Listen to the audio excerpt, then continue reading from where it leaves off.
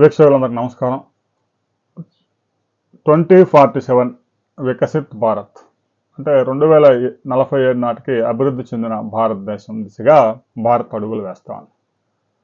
ప్రపంచంలో వేగంగా అభివృద్ధి చెందుతున్న దేశాల్లో కూడా భారత్ మొదటి 3 స్థానాల్లో ఉంది.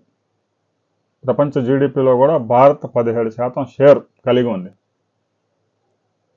ఇక చైనా అయితే 27% ప్రపంచ జీడిపిలో చైనా షేర్ కలిగి ఉంది. ఇలాంటి పరిస్థితుల్లో తాజాగా గ్లోబల్ పీస్ ఇండెక్స్ ప్రతి సంవత్సరం రిలీజ్ అవుతా ఉంది.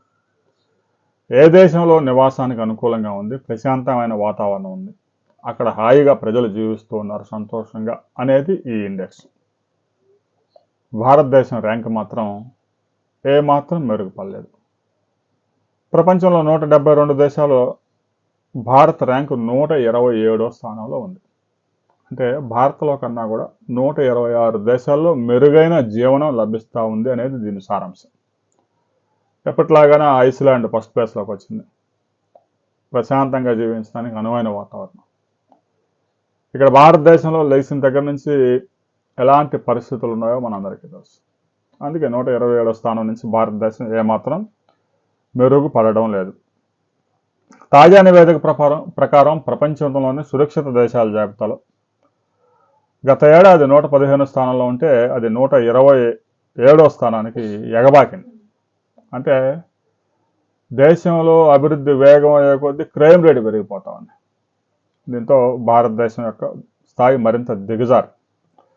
అంతర్గత ఘర్షణలు, పొరుగు దేశాలతో నెలకొన్న సంబంధాలు, మణిపూర్లో కొనసాగుతున్న హింస, వీటికి తోడు దేశంలో పెరిగిపోయిన క్రైమ్ రేటు, రోడ్డు ప్రమాదాలు, దీంతో భారత స్కోరు దారుణంగా తగ్గింది.